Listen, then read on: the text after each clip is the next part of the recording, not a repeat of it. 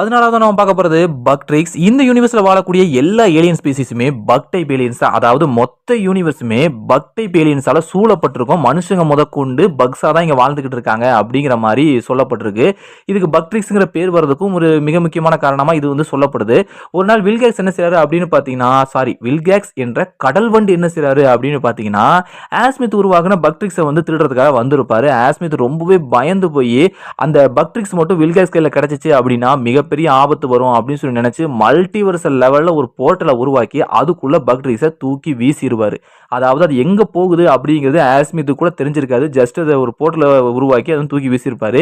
இதனால பக்ட்ரிக்ஸ் வந்து வேற ஒரு டைம் லைன்ல போய் விழுந்துரும். அந்த டைம் லைன்ல இருக்கிற பென்டெனிஸ் என்ன செய்வார் அப்படின்னு பாத்தீங்கன்னா, அந்த பக்ட்ரிக்ஸை எடுத்து அதை யூஸ் பண்ண ஆரம்பிச்சிருவாரு.